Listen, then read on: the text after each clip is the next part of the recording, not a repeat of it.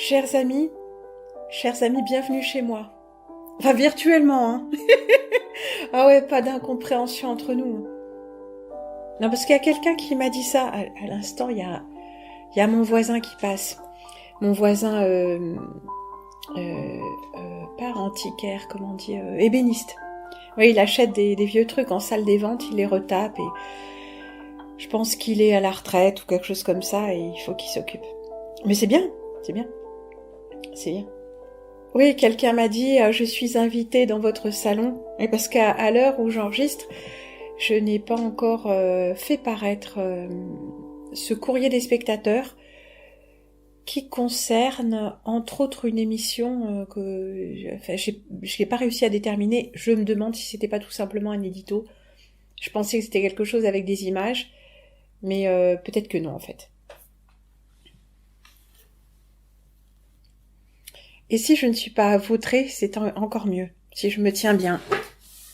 Alors vous voyez, chaise, table, lui là-haut, lui et elle, et je me suis servi un verre d'eau dans un de ces verres Duralex, que j'ai toujours abhorré, bah oui, parce qu'on avait ça à la cantine et que c'est pas beau, mais même les choses laides d'un autre temps deviennent des références d'authenticité en ces temps troublés. Puis c'est Duralex, alors attendez, qu'est-ce qu'il y a écrit ? C'est combien là ? Il y a un numéro ou pas ? Ah, 43 ? On verra ça à un autre moment. Alors, comme vous l'avez sans doute remarqué, j'ai fait un petit effort de présentation aujourd'hui. J'ai fait mon masque au miel. Ah, je me suis dit, je vais être à mon avantage. Et j'allais vous dire, non, je ne suis pas maquillée. Mais c'est faux. Et vous l'aurez remarqué, en votre honneur aujourd'hui, j'ai mis un tout petit soupçon de rouge à lèvres. Bio. Ah, mais ça reste de la triche. Enfin, on peut en enlever un peu. Ah, il y a rien, vous voyez, c'est... Non, il y a rien. Il y a rien, mais il y a ce petit rien qui fait tout. Alors, je vais aussi essayer de m'arranger pour ne pas me voir autant. On va mettre une belle image de ciel pourri avec des aspéritas. Parfait. Voilà ma configuration.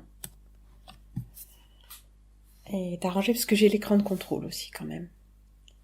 Alors, aujourd'hui j'ai eu un cadeau. Ce matin j'ai eu un cadeau. Ah, n'allons pas trop vite. Bon, j'ai eu du mal à me lever.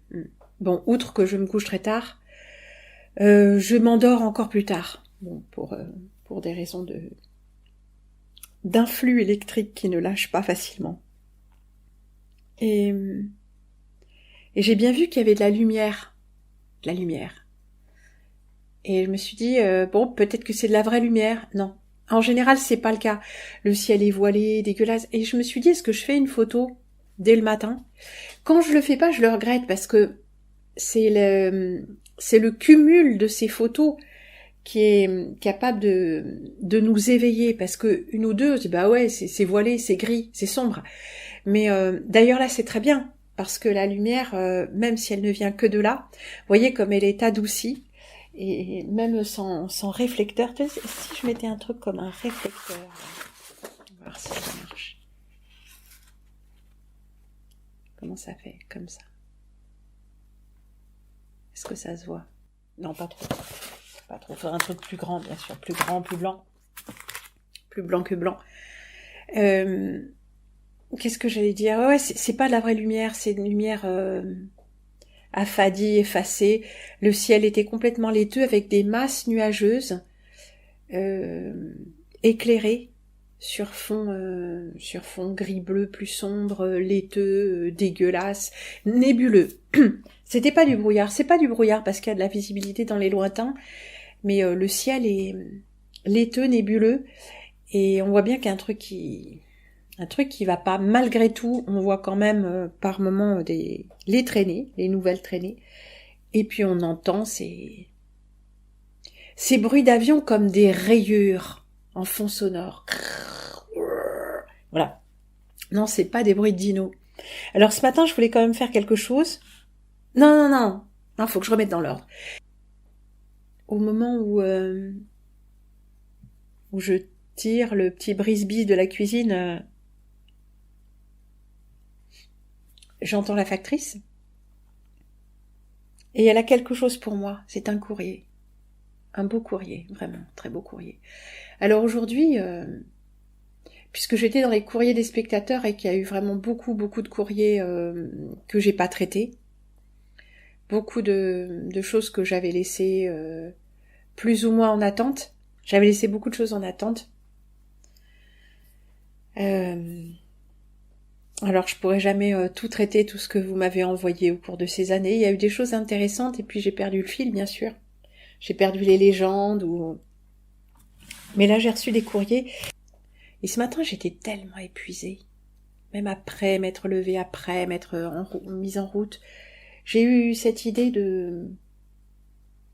après avoir lu ce courrier, au petit déjeuner, je me suis dit que j'allais vous le lire. Ah, pas intégralement, bien sûr. Je sais, vous êtes toujours là, mais je veux pas que tu me lises. Mais personne ne sait, chers amis, personne ne sait quelle partie est issue de quel courrier. Je ne dis pas les prénoms, je ne dis pas où vous habitez. En tout cas, si je le dis, ce n'est jamais relié aux lettres. Alors, il y a eu ces très jolies petites choses, ces petites cartes, iris et libellule. Ah, c'est ravissant, hein.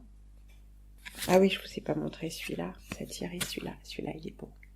Verrez-vous quelque chose? Ça accompagnait confiture de mirabelle et de kumquat, et puis des petits objets charmants. Et puis il y a eu ce courrier d'aujourd'hui. Ah, très bien rédigé, très bien écrit, belle écriture. Alors il y en avait un peu dans tous les sens, c'était adorable et j'arrivais pas à savoir où ça se terminait pour savoir si ce courrier était signé. Oui, il est signé. Et je me suis dit que ce serait vraiment très très dommage, avec ces quelques courriers réels en papier, de ne pas vous lire. Alors des courriers en papier, j'en ai reçu et beaucoup, et parfois j'en ai lu quelques extraits, je les garde. Bah ouais, les courriers, je les garde, ce sont un peu des trésors, quoi. Et j'ai reçu ceci aussi, nourriture de l'âme, dans ce même paquet. Noir 100% masse de cacao. Ah ouais, ça c'est du pur cacao pour des préparations. Noir chanvre, chocolat bio et lait praliné. Nourriture de l'âme. Alors merci beaucoup, je suis très très touchée et très charmée. Alors je voulais faire quelque chose aussi avant de m'y mettre. Je voulais te répondre aussi, cher ami, puis j'étais, le croirais-tu, tellement épuisée que je l'ai pas fait tout de suite. Alors pour faire quelque chose quand même, j'ai fait une petite tessellation, une de mes petites tessellations, celle que j'ai bien dans les mains. C'est pas compliqué, mais c'est juste qu'il faut la faire. Hop là. Bah oui, il faut la faire. Qu'elle prenne un peu la lumière de différentes façons.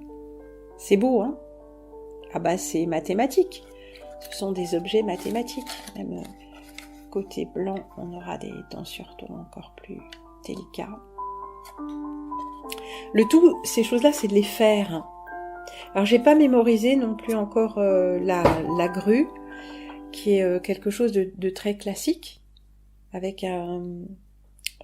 comment dire, on part d'une base qui est un peu la même pour beaucoup de choses. Hop là, la petite grue japonaise qui se, hop, est-ce que vous voyez, hop, ça, quand on tire dessus, hop, ça se déploie. Ah, c'est génial. Bon, elle était un peu, bon, très bien. Donc voilà, j'ai voulu faire quelque chose ce matin avant de débuter. Et nous allons ouvrir ceci.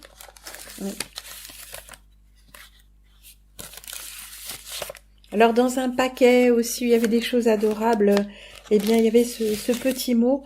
Regardez s'il vous plaît. Vous entendez? Une enveloppe doublée d'impression, toile de Jouy, papier de soie imprimé, toile de Jouy. avec ouais, le plaisir du courrier, c'est le plaisir du toucher. Non, ce n'est pas un papier d'Ingres, mais c'est une enveloppe doublée. Et tout de suite, oui, c'est un peu comme ces emballages un peu luxueux, une enveloppe doublée. Vous voyez ce que c'est? C'est un papier avec une doublure de papier de soie un peu craquant. Quand on envoie les faire-part de naissance, de mariage, ce sont des choses luxueuses, précieuses, délicates. Délicates. Et je ne sais pas si vous verrez briller, on va essayer, briller sur l'arête, la gomme arabique, qui sert à, vous voyez. D'ailleurs, elle n'a été léchée qu'ici, donc on peut s'en resservir. Magnifique. Il y a des petites barques imprimées sur ce papier. Et notre amie nous dit que les fêtes sont passées vite et que, comme elle était en vacances, travaillant dans le milieu de l'éducation nationale, mais pas directement, surcharge de travail, tout ça. Non, elle n'est pas prof, pas du tout. Et elle est épuisée. Et même ses jeunes collègues sont épuisés. Apparemment, en ce moment, tout le monde est épuisé. Et ce petit moment de repos des fêtes n'a apparemment pas suffi. Et d'après ce que j'en entends, ça n'a suffi à personne. Je fais le lien avec la pollution, les écrans bien sûr, la fragilité des familles, la misère sociale, intellectuelle, morale et éducative. Toutes ces situations reviennent vers nous, les travailleurs sociaux, comme si nous avions une baguette magique. Je peux apporter mon expérience de maman, mon expérience de vie, mes recherches, mais je ne peux apporter le socle qui manque à leur stabilité. C'est sûr. Quand je pense que je suis revenue dans le système de l'éducation nationale, alors que j'ai très mal vécu ma scolarisation, je n'ai jamais senti d'empathie de la part des professeurs. Je sentais aussi que c'était dû au métier de mes parents, commerçants. Ah bon? Il y avait un mépris? C'est possible. Mais il faut savoir que tous les profs de collège et de lycée ne viennent pas d'un milieu de profs, hein, bien au contraire. Hein. Souvent, ça sert d'accession sociale. Hein. Je travaillais mais n'avais pas les bonnes notes, entre guillemets. Espérais. J'enviais celles des copines qui retenaient tout en lisant simplement leurs cours. Oui, c'est ça que je voulais vous lire particulièrement. D'ailleurs, je n'ai jamais compris toutes ces différenciations de mémoire, de capacité avec ou sans travail. Encore un moyen sûrement de séparer les gens, car rien n'est fait pour aider les enfants à exploiter leurs capacités propres, mais plutôt à être dociles et obéissants. Là, il me semble qu'il y a deux idées, et c'est vraiment là-dessus que je voulais revenir. On a des différences les uns et les autres, et je rapproche ça vraiment du thème astral, qui est un décodage vraiment très précis de notre carte, des capacités que nous avons et des handicaps que nous avons, c'est-à-dire en fait quelle est notre carte d'orientation, en quoi vais-je exceller, en quoi vais-je avoir des difficultés. Donc ça nous permet d'éviter certaines voies qui sont pas pour nous, mais tout n'est pas évitable. Par exemple, si on manque d'autodiscipline, parce que c'est inscrit dans notre dans notre carte d'incarnation, carte au trésor, hein. Plan de montage, on va pas pouvoir esquiver ça va être plus difficile. Mais il faudra quand même s'y colter. C'est comme ça. C'est comme ça. On admire toujours les gens qui ont les facilités que nous on n'a pas, mais on voit jamais en quoi nous on est puissants, parce que t'as de la mémoire, t'es intelligente, ouais, déjà tout ça se cultive. Mais c'est vrai que j'avais des facilités, mais il y a plein de trucs pour moi qui représentent des difficultés insurmontables, et qui pour vous n'ont jamais posé la moindre difficulté, parce que ça semble aller de soi. Mais ce que vous reconnaissez chez moi et que vous enviez, mais ça va de soi chez moi. Donc il faut d'abord commencer par retourner le miroir de l'attention sur soi en se disant quels sont mes atouts, même si ils ont l'air minimes, inintéressant, non valorisé par cette société. C'est pas toujours le cas, hein. Anecdotique, pas glorieux, mais en fait, ça n'a aucune importance. Avoir de la force, de l'intelligence, de la mémoire, une facilité pour les chiffres, retenir les chiffres, ou je sais pas, la main verte, n'importe quoi. Tout ça, il faudrait qu'on le mette au même niveau, là où j'ai des facilités, là où j'ai des difficultés, et juste en faire une carte, sans mettre aucun émotionnel derrière. Bon, ça c'est la première chose. Et ensuite, encore un moyen sûrement de séparer les gens, car rien n'est fait pour aider les enfants à exploiter leurs capacités. Encore un moyen de séparer. Oui et non. Valoriser ces différences-là, oui. Mais en fait, ce qui sépare, c'est le tri qui est fait à l'école. Mon compagnon, qui était... il disait lui-même gardien de prison, il était instituteur, et non pas professeur des écoles, il était encore instituteur à l'époque. Je crois que j'ai encore un peu de miel là, coincé derrière les ailes du nez. Bah très très peu, mais ça se sent un peu. Non, ça se sent pas à l'odeur, hein, ça se sent... voilà. Comment dire, il était professeur... Non, il était instituteur, et il disait que le système scolaire sert à... comment dire, lui il disait pas séparer, à repérer les plus méchants, les moins empathes, ceux qui ont l'intelligence la plus... l'intelligence de QI, si vous voulez, l'intelligence logique, l'intelligence froide. Et ça valorise des gens comme ça. C'est pas pour rien que ce sont des gens comme ça qui sont nos profs, mais pas tous. On a tous eu au moins un prof d'histoire extraordinaire, passionné, une prof de français qui nous faisait monter les pièces de théâtre en mettant le ton. Alors tout est très faux, tout est bidon, mais il y avait quand même un élan. Des profs de musique qui essaient de nous faire aimer les choses, des profs de dessin, la mine, comment on disait, la mine 6B est une mine grasse qui s'écrase sur le papier. A été terrible, celle-là, très apprêtée et tout, mais c'était une femme extraordinaire, prof d'art plastique. Prof d'art plastique.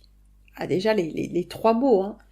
Art plastique, ça fait penser au plastique. Non, plastique, ça veut dire malléable. Mais prof d'art plastique, dans ces pauvres salles-là, avec des crayons, des feuilles A4 et des mines de plomb pour se dessiner le portrait l'un l'autre, c'était minable. Et pourtant, elle arrivait à nous faire des choses intéressantes. Donc, ce système scolaire est un système de tri. Mais il n'y a pas que le système scolaire. Tout le monde luciférien, prométhéen et le monde d'en bas, le monde de la chute, est un système de tri pour repérer les plus méchants. Que ce soit dans le sport. Parce que vous pensez que le sport, c'est du sport.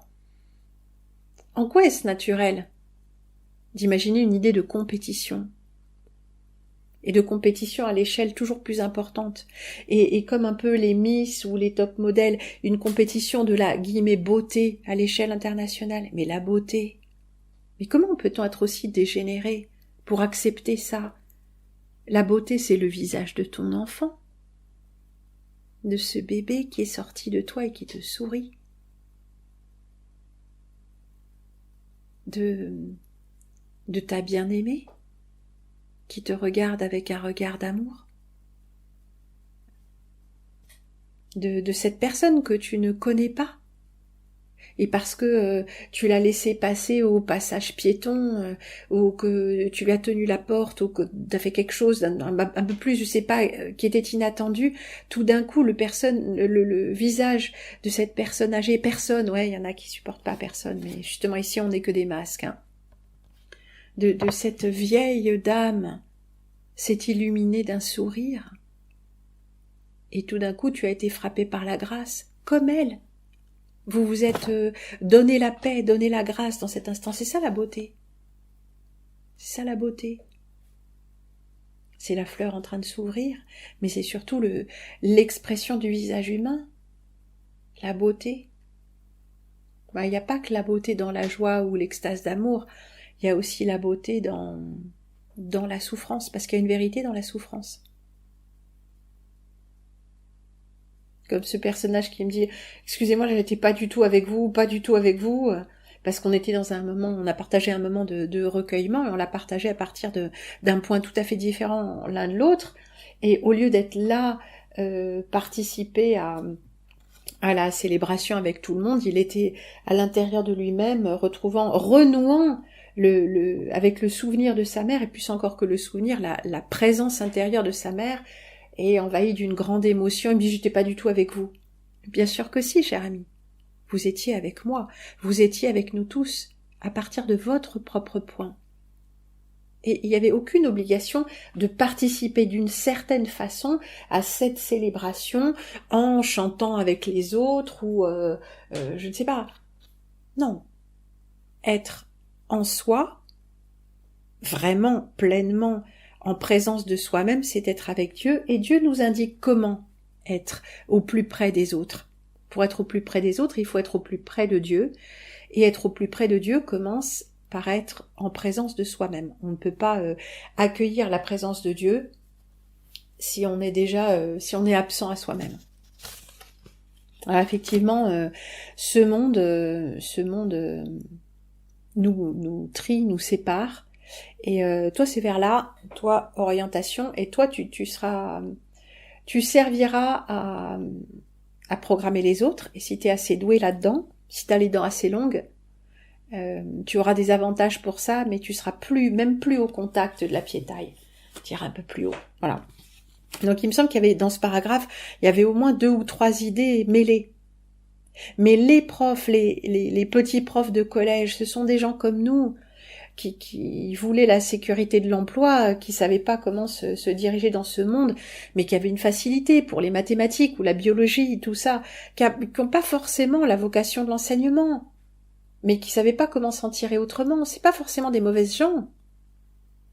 C'est des gens qui ont réussi le premier tri, le premier étage du tri, mais qui se rendent même pas compte de ça pour la plupart. J'ai enfin réussi à écouter la vidéo sur le langage de Chase Hughes, qui le compare à un parasite. Il est vraiment partout, celui-là. Et si je comprends bien, les mots enfermeraient, nous conditionneraient. Oui, ça c'est une idée qui est très ancienne, hein. Le langage qui nous sert à communiquer est aussi un enfermement. On va imaginer par exemple une maison. Faire un parallèle un peu lointain, mais parfaitement pertinent, il me semble. Sous nos latitudes, il nous faut une maison. Il nous faut nous abriter de la pluie, des précipitations, et puis du froid. Parce qu'on va chauffer, donc il faut des murs épais. Et puis en été, il fait trop chaud. Enfin, ici dans l'Allier, bah oui, il peut faire trop chaud. Donc il faut des murs épais et puis des volets. Donc cette maison, elle est indispensable.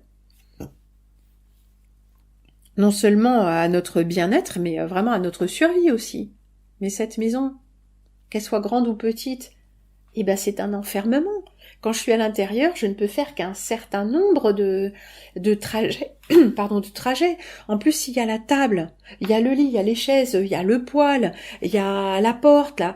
Je ne peux me déplacer que d'une certaine façon dans cette maison. Mes trajets vont toujours être les mêmes. Et plus c'est meublé, plus je vais être étriquée dans ces trajets. Mais j'ai besoin, entre guillemets, j'ai besoin de ça, j'ai besoin d'une table et des chaises parce qu'il fait trop froid pour être assis par terre, c'est pas assez propre. J'ai besoin de cette armoire pour ranger à l'abri des souris, de l'humidité, la nourriture, et puis, donc, en fait, toute cette aide devient un enfermement.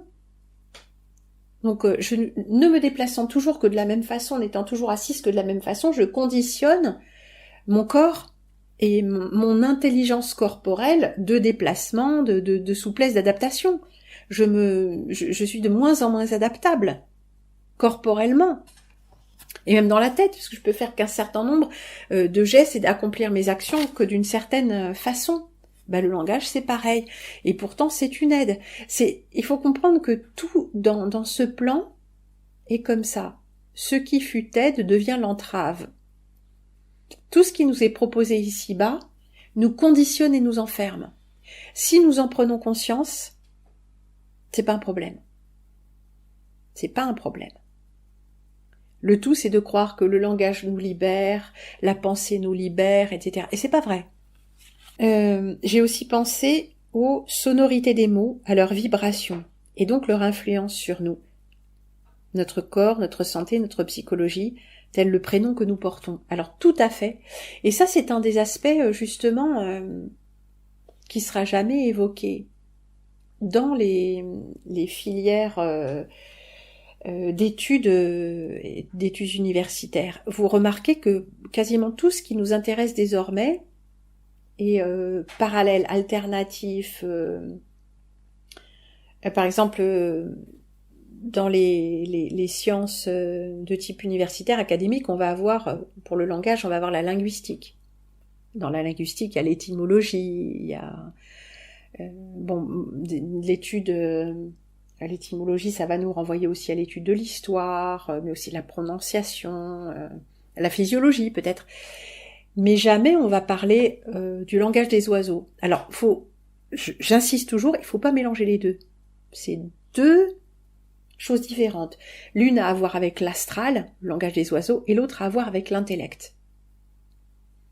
Mais, si on passe totalement sous silence l'un des deux, et puis la vibration pure du son. Oui, mais c'est pas des études sérieuses, c'est pas. D'accord. Donc tout ce qui en fait a été décrété comme non sérieux par le monde du cerveau gauche n'existe pas, n'est pas censé exister. Or, c'est précisément ce qui nous intéresse. On voit qu'il y a un manque. Et c'est justement dans ce vide effarant et ce vide organisé que il y a une espèce de déversoir de choses complètement stupides. Il y a tout et n'importe quoi, tout est son contraire. Et c'est bien utile pour perdre tous les chercheurs de vérité. Alors j'insiste encore une fois, il faut avoir un intellect fonctionnel, donc un cerveau gauche, entre guillemets cerveau gauche fonctionnel, et un cerveau droit fonctionnel. Faut pas commencer à raconter n'importe quoi sous prétexte que il y a un vide et que ce vide a été organisé pour que nous n'ayons pas un certain type de connaissances. Et justement, comme nous n'avons pas ces connaissances tombent sous le coup des connaissances ésotériques. C'est très dommage. Ces connaissances n'ont pas vocation à être ésotériques. Parce qu'avec l'ésotérisme, il y a toujours un donnant-donnant. Vous me direz avec les connaissances intellectuelles aussi, il faut être sanctionné par un diplôme, tout ça, sinon on n'est rien et on n'a pas le droit de s'exprimer. Comme moi je suis rien, j'ai pas le droit de m'exprimer. Je suis pas docteur ès lettres comme mes parents, j'ai pas de diplôme universitaire, j'ai rien du tout. Mais la différence avec moi, c'est que j'essaye pas d'être quelqu'un dans ce monde. J'essaye pas de me faire reconnaître par le monde universitaire ou par les médias. J'essaie pas de me faire inviter ici et là. J'essaie pas de me faire publier. J'essaye rien parce qu'en fait, je sais qui je suis dans ce monde. Dans ce monde, les parents que j'ai eus m'ont fait accéder à certaines, certaines expériences. Le monde de l'université, les gens, ils m'impressionnent pas. Ils m'impressionnent pas. C'est ça le truc, c'est qu'ils m'impressionnent pas. La culture, l'érudition, ça m'impressionne pas. Ça ne m'impressionne pas. Ce qui m'impressionne, c'est l'intelligence. Et l'intelligence, potentiellement, est partout. L'intelligence manuelle, la force de caractère, le courage, ça m'impressionne. Mais l'érudition, la culture, ça m'impressionne pas. Mais pas du tout. Parce que ça fait partie des choses qui s'apprennent. Tout le monde n'a pas les capacités, mais avec une bonne éducation suffisamment poussée et en faisant naître l'intérêt pour les choses, n'importe qui peut avoir accès à sa propre intelligence et l'amener jusque là où il veut. Il faut un peu de rigueur intellectuelle. La rigueur intellectuelle n'est pas un don. C'est du travail. Bref. Pourquoi je disais ça ? Qu'importe. Oui, les connaissances, entre guillemets, connaissances du cerveau droit ne sont pas obligatoirement ésotériques. Elles ne doivent pas l'être. Si elles le sont, c'est qu'il y a anguille sous roche. Dès qu'il y a quelque chose de caché, il faut montrer patte blanche pour arriver à ces connaissances-là, qu'elles soient dans le monde universitaire, académique ou dans le monde ésotérique, c'est que ça va pas. Avec notre seule intelligence et notre rigueur intellectuelle, nous devons arriver à nous orienter dans ce monde. Pour nous-mêmes. Pas devenir quelqu'un. Nous orienter pour arriver à développer une réflexion personnelle qui va dans le sens de de notre individualité propre, pas de notre ego, mais de tout ce que nous incarnons et sommes venus incarner dans ce monde.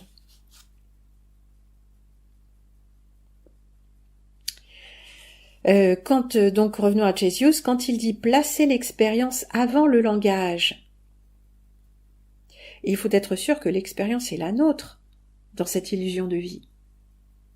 Alors c'est justement le nœud du problème, c'est que quand alors d'après lui, puis c'est pas quelque chose de tout à fait nouveau non plus, mais quand on nomme les choses, on enferme l'expérience. Donc il faut pouvoir être capable de temps en temps de faire l'expérience de l'instant pur, sans la pensée. Et c'est ça justement la méditation zen dure. La méditation où on regarde les pensées jusqu'au moment où il y a une brève ouverture et il n'y a plus de pensée et l'expérience c'est juste le fait d'être. Et oui, c'est ça l'expérience. L'expérience c'est pas des choses extraordinaires. Ça peut être des choses qui prennent le mental de court comme quelque chose avec de la vitesse, des sports de glisse avec une notion un peu de danger, d'équilibre où il faut être complètement alerte. Voilà, c'est pour ça aussi que les gens et les hommes en général, les hommes émotionnels ou les êtres d'essence yang ont besoin de ça. Parce que c'est très difficile de se poser et de faire l'expérience du soi. Parce qu'il y a le mental. Alors pour couper court au mental, typiquement les hommes, mais les femmes aussi bien sûr, vont aimer la conduite dangereuse, la moto, le ski, les sports de glisse, jusqu'aux choses dites extrêmes. Parce qu'on est obligé d'éteindre le mental. Si on n'est pas à 100% dans l'expérience, on se met en danger. Et aussi, on n'a pas toutes les sensations. Il y a aussi la sexualité. Mais la sexualité, bien sûr, est un terrain piégé. Et tout ce qui est fantasme et choses comme ça arrive dans l'expérience et pollue le mental. Une véritable expérience d'union sexuelle se fait sans le mental. Donc en pleine présence de soi-même et de l'autre, et sans aucune interférence de fantasmes, de scénarios érotiques et de choses comme ça, d'attentes et de besoins. Mais il faut être sûr que l'expérience est la nôtre dans cette illusion de vie. Et bien l'expérience du soi est forcément la mienne. À partir du moment où il y a cette brèche, c'est ça, hein, il y a ce mot hein, dans le bouddhisme, la brèche dans la conscience ordinaire. La conscience ordinaire, c'est un mélange d'intellect, de mental, de répétition de choses, tout ça, de qui je crois être, des choses que je fais. Mais quand je suis assise depuis 20 minutes face au mur et que j'ai mal aux genoux et que en fait je regarde mes pensées défiler et qu'à chaque fois qu'il y a une pensée comme ça, oh dis donc, mais et t'as pas répondu aux impôts, et je fais ouais.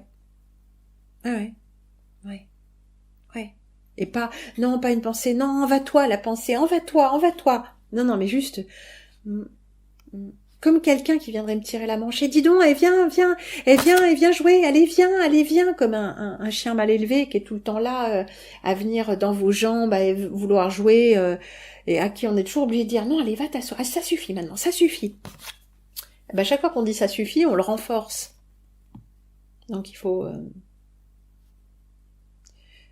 Le mental, c'est comme le démon. À chaque fois qu'on lui donne de l'attention, on le renforce. Quand on lui donne pas d'attention, il va venir nous chercher de plus en plus, et à un moment, il va nous lâcher. Il va avoir un moment de désarroi. Ouais, même le démon. Donc, l'expérience, la seule expérience qui est vraiment la nôtre, c'est l'expérience du soi. C'est pas l'expérience de faire quelque chose. Assurément, je me sens moins seule avec toi, car je peux m'identifier à toi, même si je ne suis pas à la hauteur. Alors, le phénomène d'identification, c'est un phénomène absolument nécessaire aux humains, qui nous aide à grandir quand on est petit, à grandir intérieurement, et à dépasser aussi certaines difficultés, notamment émotionnelles. C'est ça le succès du cinéma dans son ensemble. Nous nous identifions aux personnages. Alors, identifier, je vais revenir là-dessus. À chaque fois je le fais parce que à chaque fois il y a des gens qui comprennent pas, hein, malgré l'explication. Ce n'est pas que je crois que je suis l'autre. Ce n'est pas que je me prends pour l'autre. Mais il y a une partie de moi qui fait une partie du mental, qui fait constamment le va-et-vient, et qui dit, et moi dans cette situation, dans la situation du héros, je ferais quoi? Bah toute seule sur l'île déserte, ou toute seule parmi les zombies, ou toute seule au moment de la grande réinitialisation, il y a plein de séries comme ça, où tout le monde a basculé dans le mental collectif, sauf un personnage.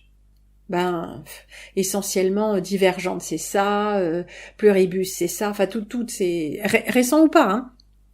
Et Je suis une légende, tout ça. Ouais, moi j'avais lu le livre des années 60 quand j'étais enfant, pas les adaptations, mais qu'importe. Donc on fait tout le temps que le héros soit un homme ou une femme, que je sois un homme ou une femme, ou même maintenant on a des héros non binaires, paraît-il, et il y a un va-et-vient constant. Et moi je ferais quoi? Oh non mais là, mais moi j'aurais pas fait ça. Oh j'aurais trop peur à sa place. Oh mais ouais, mais moi. En fait c'est en fond sonore, en fond, en toile de fond, en tâche de fond que ça se fait. C'est ça l'identification. Et moi je ferais quoi à sa place? Mais on ne se le dit pas tout le temps parce qu'on regarde le film. Donc on est captivé, mais il y a une part de nous qui est tout le temps. Attendez, je crois qu'il y a un truc là qui m'énerve. Voilà. C'est ça l'identification. Ça nous permet de nous mesurer et de nous positionner. Ah, faut pas se comparer, faut pas juger. Si, il y a une partie de l'intellect et du mental et de l'ego sain dont c'est la fonction. Voilà. Assurément, je me sens moins. Donc, même si je ne suis pas à la hauteur. Alors, il faut pas dire ça. Parce que c'est à la hauteur peut-être de mon érudition, parce que je ne suis pas toi et tu n'es pas moi. Je ne suis pas à la hauteur. C'est comme si je disais, j'ai demandé à un homme de me rentrer la bouteille de gaz dans l'appentis parce que je suis pas à la hauteur. Non, je n'ai pas la force. Je n'ai pas la force qu'il a. Mais je me sens pas du tout pas à la hauteur. Je suis une femme. Je suis une femme en tétanie maximale, donc il n'y a pas une question d'être à la hauteur ou pas.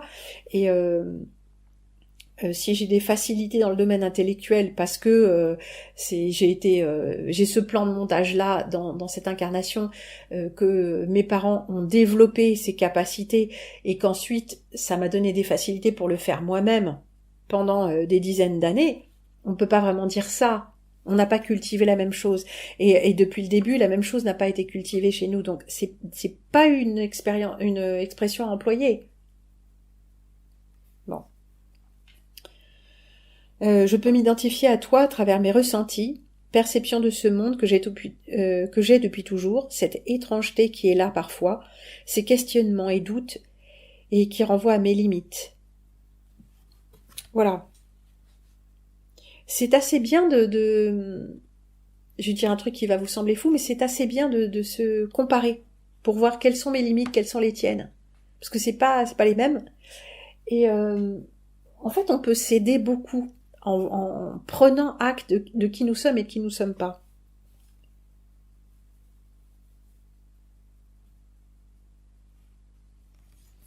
Mais terminons ce courrier. J'aime beaucoup le choix des musiques et chants qui accompagnent tes vidéos. Ce sont des prières que tu envoies. J'aime quand tu parles de prière comme moyen si simple de revenir à soi, de se ressourcer dans le silence, la solitude, et fuir la cacophonie de ce monde si fatigant. Je sens que j'en ai de plus en plus besoin. Ma grand-mère priait Sainte Thérèse. Mais moi je me tourne surtout vers le Christ, lui-même, contrairement à la Sainte Vierge Marie, que je priais autrefois. Merci pour ton beau sourire et ton regard espiègle qui nous éclaire par ton intelligence subtile. Mes hommages, dit notre amie. Oui, parce que je dis souvent mes hommages. Et Sainte Thérèse de l'Enfant Jésus, une de ces petites saintes femmes-enfants mortes jeunes, qui peut-être se souvenait qu'elle n'était pas d'ici. Alors là, j'ai des tas de courriers. Je peux pas vous lire ça parce que c'est trop personnel. Mais ça, c'est un jeune homme. Pour moi, tout le monde est jeune, de toute façon. Sauf ceux qui sont vraiment mes aînés, qui sont la jeune d'esprit, mais pas dans ce monde. C'est un personnage qui a pris la mer sans savoir naviguer. J'ai pris la mer sans savoir naviguer. C'est l'océan qui m'a fait voguer, de découverte en découverte.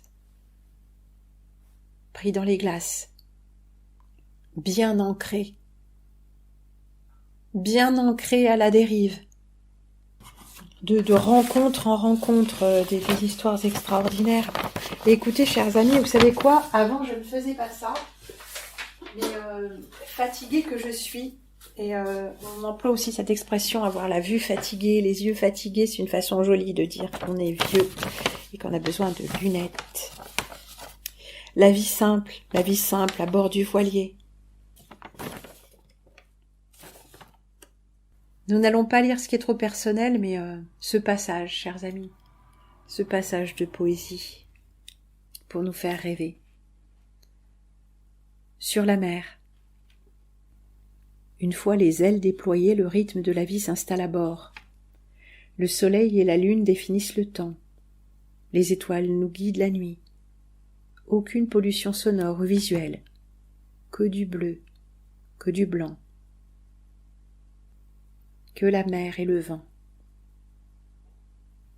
Le navire, petit point blanc au milieu de l'immensité de l'océan, ça laisse tout l'espace nécessaire à l'introspection et aux rêveries.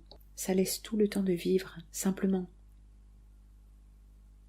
Parfois le vent tombe. Le voilier s'arrête et il faut se laisser filer.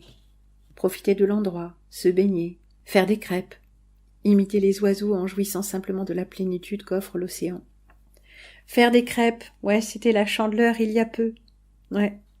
J'ai eu des crêpes d'ailleurs, un peu avant ou le jour d'avant. En tout cas, c'était raccord. Ouais, c'était ma visite du dimanche. Ma visite, comme on disait avant. Ouais, c'est ma visite qui m'a apporté des crêpes. C'est ma visite du dimanche. Ouais, on est allé à la messe.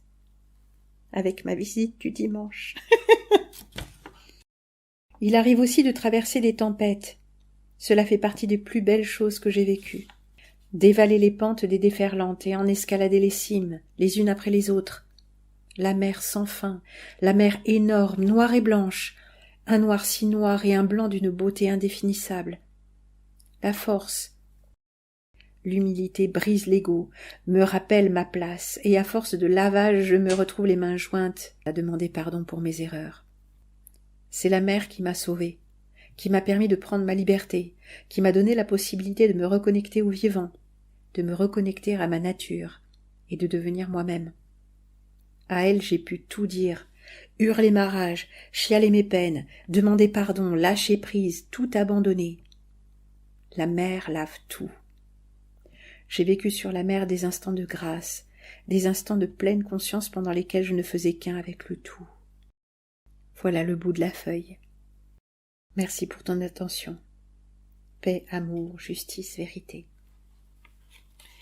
Je ne sais pas si vous êtes nombreux à avoir fait cette expérience de la mer, à avoir navigué, à avoir vécu tout seul sur l'eau, toute seule. Oui, ça me fait penser à France Guillain. On dit Guillain ou Guillain? J'espère le savoir bientôt. Mais elle n'était pas toute seule, elle était avec ses filles. Quel cran, quel cran. Moi, ce qui me dérange toujours, c'est c'est tout ce plastique, en fait. C'est ça que j'aime pas. Pour moi, c'est rédhibitoire. Alors, un voilier en bois, peut-être, ouais. Peut-être, chers amis. En tout cas, c'est magnifique. Ah, il y avait cette carte aussi. Cette carte des neiges. Moi, ça me rappelle un peu... Non, ça ne me rappelle pas la Norvège ou... Non, d'ailleurs, j'ai jamais vu la Norvège en hiver, mais ça ne me rappelle pas le nord, mais plutôt... je sais pas, peut-être... cette couleur de soleil couchant, non, je sais pas. Ça me rappelle les Alpes, plutôt. Les classes de neige. Comme quoi, avec quelques touches, surtout, je pense au sapin, là, regardez ça. Je sais pas si c'est de la peinture au couteau ou au pinceau. Mais on peut vraiment donner l'impression des choses sans les dessiner. C'est ça, la peinture. Regardez, s'il vous plaît, ces sapins. Et puis, ce soleil couchant, là, ces couleurs... en ondulation, comme un papier à l'essence, vous voyez? N'est-ce pas ravissant? Puis là, un autre charmant jeune homme qui a pris sa plus belle plume aussi, plutôt que m'écrire comme il le fait d'habitude un courriel, et ça c'est vraiment magnifique. Une écriture comme ces autres écritures pleines d'une personnalité tout à fait personnelle. Salut Prune, ce soir je ne t'écoute pas, je t'écris. J'ai même eu le privilège de te voir aujourd'hui. Oui, à l'écran, sans artifice, mais alors il reste le vrai et la beauté. Et écoutez ça, comme c'est quand même extraordinaire, hein, parce que c'est quasiment coup sur coup. Hein. Alors je lève l'encre, écrit avec un E, comme l'encre à écrire. Hein. Alors je lève l'encre pour t'écrire et mets du vent dans les voiles. Et non, c'est pas la même personne. C'est pas beau, hein. Alors je lève l'encre pour t'écrire et mets du vent dans les voiles pour que mes mots prennent de l'élan. C'est pas ravissant? Je sais pas pourquoi aujourd'hui ça fait 2 fois que j'ai un truc qui me... comme une sécheresse absolue de la gorge. C'est pas le feu, c'est pas... je ne sais pas. 2 mots, je voulais te parler justement. C'est en réfléchissant à ce qu'est la violence que j'ai réalisé que des mots ou leur utilisation sont ou contiennent de la violence. Là, on parlait des mots qui s'interposaient à l'expérience. Là, on va explorer un petit peu autre chose. Je suis musicien. Tu es belle. Nous sommes des citoyens. Ces mots ne définissent pas qui nous sommes. Eh ouais, tout ce qu'on met derrière. Il y a quelqu'un qui avait écrit ça c'est extraordinaire, c'est un de ses enseignants de spiritualité, mais qui disait tout ce qu'on met derrière le mot je suis est finalement mensonger. Je suis musicienne, je suis vieille, je suis intelligente, non, il y a que je suis en fait. Et c'est ce qu'on disait en fait, est-ce que l'expérience est vraiment à moi? Bah, il y a que l'expérience du soi qui est à moi, donc il faut que tout se soit effacé. Donc il y aura plus de mots qui feront interférence. Et ben, les je suis, hein, parce que je suis musicien, tu es belle, nous sommes des citoyens. Je suis, tu es, nous sommes. Donc c'est toujours le verbe être. Et ce qu'il y a derrière le verbe être, ben, ça ne peut pas nous définir. Ça ne définit que le personnage. Donc si on a un peu de recul, ça va. Hein. Des mots comme tolérance mettent en lumière et renforcent la différence. Ben oui. Si nous sommes tous humains, pour simplifier, alors en quoi y a-t-il besoin de ce mot tolérance? Idem pour inclusivité. Au-delà d'être des formes de violence, ce sont des moyens de manipulation et de diversion. Parler d'inclusivité normalise le handicap entre guillemets, et détourne le regard du pourquoi. Ce handicap, encore un mot violent. Mon père, il disait, quand j'entends le mot tolérance, je sors mon revolver. Bon, il n'y avait pas de revolver, bien sûr, mais tolérance, c'est un mot ridicule. Tolère. Ah bah, je tolère. Je suis tolérant. Bah, déjà, il y a un problème. S'il y a besoin de le dire, c'est que l'acceptation ne va pas de soi. Et c'est toute la posture du vrai chrétien d'ailleurs. Ah, mais tu devrais tout accepter, tu devrais tendre la joue. Non, non. Alors déjà, il faut un petit peu savoir ce que veulent dire ces textes, mais pas du tout. Un chrétien qui laisse massacrer devant lui sa femme et ses enfants en disant ah, c'est bien, c'est bien. Ça, en fait, c'est l'attitude bouddhiste et pas chrétienne. C'est comme ça. Tout est impermanence. Voilà. C'est ce qui doit être. Non, non. La posture chrétienne, c'est pas ça. C'est une posture humaine. On est ici. En définitive, spirituellement, c'est Dieu qui est aux commandes, mais ça ne nous dédouane pas. Ça n'efface pas notre individualité ni notre responsabilité. Moi, c'est une autre question, mais... Cessez d'être gentil, soyez vrai. C'est le titre d'un livre que je n'ai pas lu. Et j'ai souvent dit ça parce que moi non plus, je l'ai pas lu. Alors je sais pas si c'est une référence à ce que j'avais dit une fois ou si c'est tu le prends à ton compte, mais c'est marrant parce que voilà, je me retrouve. Hein. Je me suis intéressée à Marshall Rosenberg, puis à la non-violence. Ouais, c'est la CNV, ça, la communication non violente. Si certains voient en la CNV un outil de contrôle comportemental, j'ai trouvé le moyen de m'interroger sur la violence. La violence serait ce qui va contre la vie. Alors moi, j'ai lu l'un de ses bouquins. Son premier, parce qu'il faut toujours aller aux sources, et ça m'a paru intéressant. Ce que c'est devenu, pas du tout, bien sûr. Mais ce qui était intéressant dans la CNV, toujours ces mots, ça aussi, ça c'est insupportable. Ces sigles, ces trucs déposés, c'était que on parle de soi. Ce qui me paraît être évident. Et ça, c'est un truc du mental de toujours « Ah, tu m'as blessé ». Alors, avec la CNV, on apprend à faire l'inverse. Je me suis senti blessée. On ne parle que de soi. Ce que tu m'as dit a rouvert des blessures, tout ça. Alors, c'est bien, mais systématiquement se censurer pour dire « Ah non, mais là, t'es blessant, tu m'as blessé ». C'est bien de pouvoir le dire, mais c'est bien aussi de pouvoir faire un peu d'introspection et dire « Non, mais qui s'est senti blessé au fond ?» Voilà. Bon, bref. Bon, après, il y a beaucoup de considérations sur la violence et la liberté. La violence, c'est ce qui entrave la liberté. Je ne peux pas vouloir la liberté, donc aspiration à la liberté, sans l'autoriser aux autres. Je ne suis pas libre quand mon ego est aux commandes, ni quand je cède à des pulsions. Exactement. Et ça, c'est la posture, c'est la véritable posture religieuse. Et quand on dit que la vraie liberté, c'est de faire la volonté de Dieu, bien sûr, qui définit la volonté de Dieu? Eh bien, ni mon ego, ni l'ego des autres, ni aucun système. Mais qu'est-ce que la volonté de Dieu?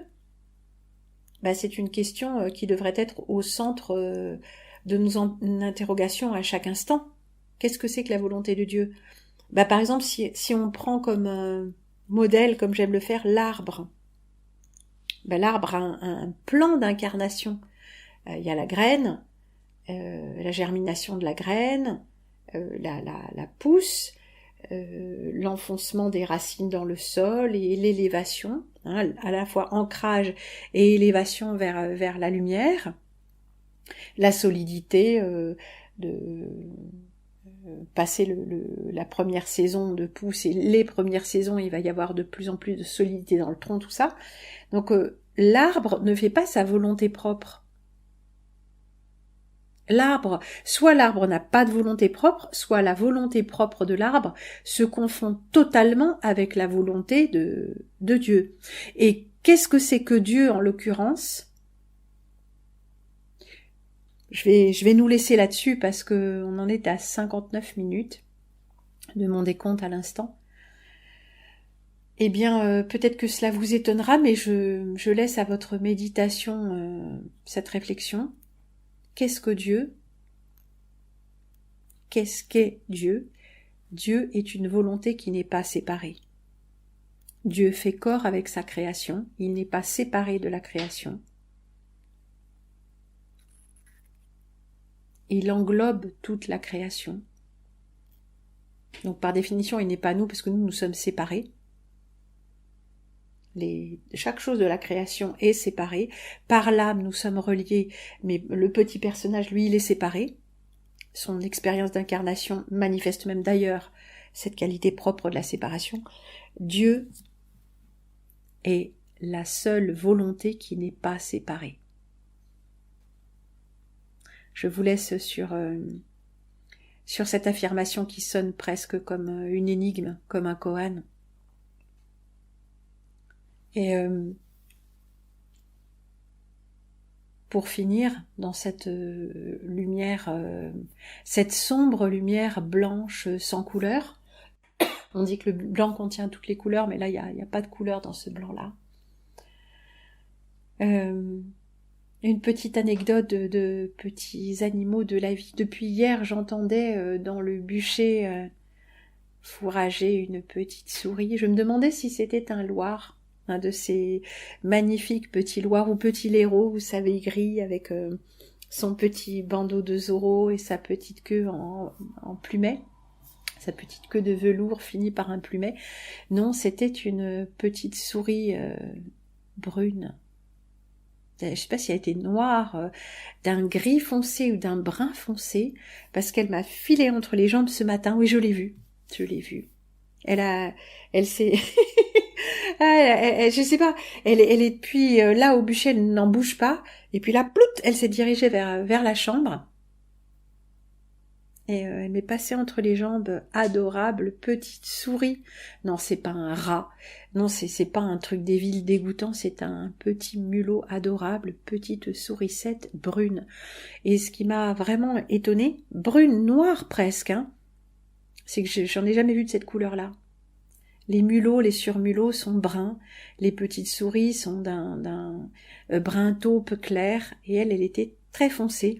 Alors, comme elle est allée vers la chambre, je me suis dit, où est-elle allée? Est-ce qu'elle peut passer sous la porte de communication? Et comme j'avais bien tout calfeutré pour l'hiver avec plusieurs couches de rideaux, je me dis, mais est-ce qu'elle a pu passer? Je dis, où est-ce qu'elle est? Et effectivement, j'ai tiré un peu les rideaux qui je pense, l'empêchaient de passer, et ploup.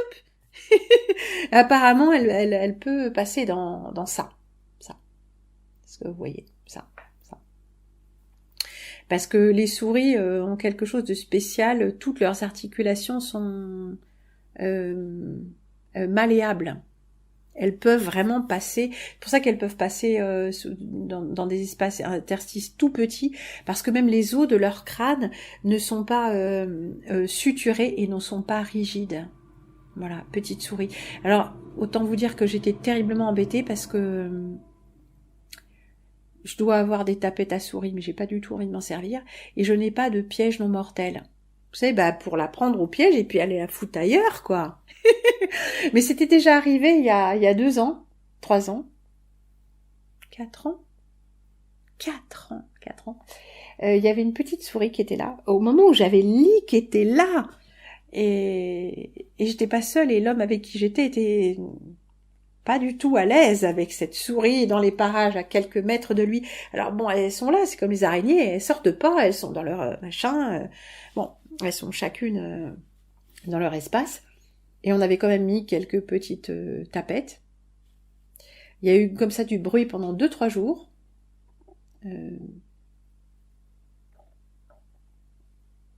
Ce petit mulot, sourisette, je ne sais pas, ne s'est pas fait prendre aux tapettes et n'est jamais revenu. Donc en fait, c'est souvent assez simple. Non, moi, j'avais pas du tout envie qu'elle se fasse prendre. Hein. Mais bon, une souris dans la maison, hein, voyez bien quoi. Ces trucs-là ont quand même des parasites. Hein, ça fait des caca et des pipis partout qui vont rester longtemps, stagner. Et non, c'est pas sain du tout. Alors je me dis que voilà, j'envoie cette intention et je demande quand même que voilà, d'être libérée de la présence de cette petite souris pour ne pas avoir à la tuer. En tout cas, le croirez-vous, j'étais charmée. Mais vraiment, j'étais aux anges. Que cette petite souris me soit passée entre les pieds, vous croyez ça? Alors elle est partie dans une partie de la maison, moi je sais pas, il y avait un petit loir qui avait volé quelques noix, qui était allé les manger dans un coin, faisant des petites saletés adorables. Bon, j'avais nettoyé, mais il n'y avait pas eu, on peut dire, de dégâts. Non, on peut pas vraiment dire qu'il y avait eu des dégâts. Alors, la vipère dans la pantille, enfin dans le cagibi, cette petite souris noire. Une souris noire. Ça vous parle, vous, ou pas?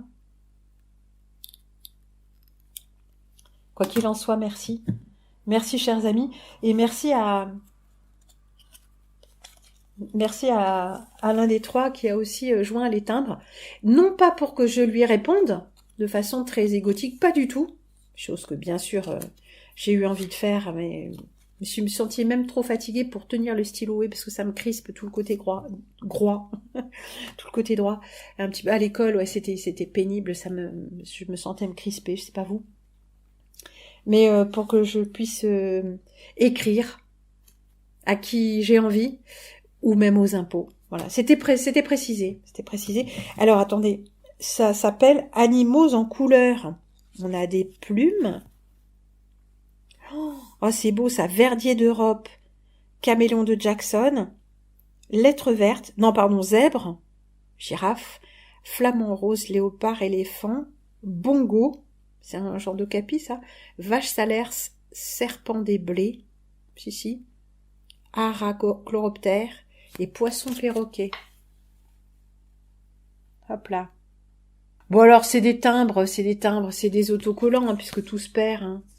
Ce ne sont pas ces magnifiques eaux fortes, gravures au trait, imprimées sur du papier avec de la gomme. Vous savez, de la gomme, ce qu'on a vu tout à l'heure. Est-ce que vous verrez briller là? Est-ce que vous arrivez à... Ouais, je pense que voilà, vous voyez briller ce qu'on voit là sur l'arête. Voilà, on voit briller de la gomme arabique. En solution, puis après c'est ancien, c'est 19e ça, gomme arabique. C'est de la colle. C'est de la colle liquide. Enfin liquide. On peut faire ça avec du blé, de la colle, et aussi avec du lait.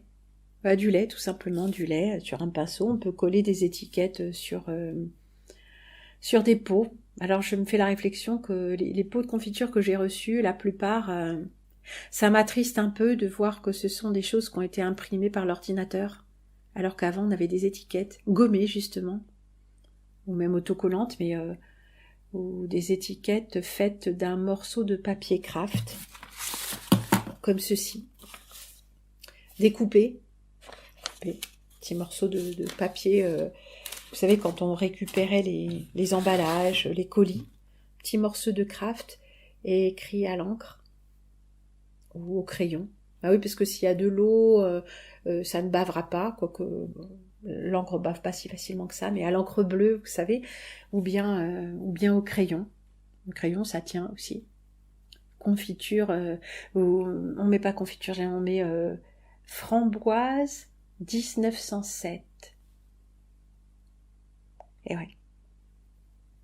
Et bien, sur ces histoires de papier, d'enveloppes doublées de toile de Jouy, de papier craft, de cartes postales et de photographies, et surtout, de votre écriture tellement personnelle et agréable à lire. Je vois que vous aviez tous écrit à l'encre bleue. Ça, c'est joli, l'encre bleue, c'est doux. C'est doux, c'est pas agressif, puisqu'on parlait de violence. Non, mais vous savez quoi? En fait, ça me revient aussi, enfin, que j'ai pas spécifiquement dit merci, mais j'ai reçu du chocolat, pour les fêtes, j'ai reçu des petites tablettes de chocolat fin, comme ça. Et je voulais vous remercier, tous ceux qui m'avaient offert du chocolat. Et je me dis, puisque celui-ci est... Ah, c'est moi qui l'ai cassé? Elle n'était pas cassée tout à l'heure. Elle s'est cassée dans mes mains. C'est fou. Quand j'ai essayé de l'ouvrir, je me suis dit, ah, il y a un petit bout qui est cassé, donc je vais ouvrir celle-ci pour la goûter avec vous. Et c'est noir chanvre. Ah, c'est spécial le chanvre, hein. Avec le cacao. Eh bien, merci, chers amis. Merci pour ce moment en vrai, pour ce courrier des spectateurs en papier.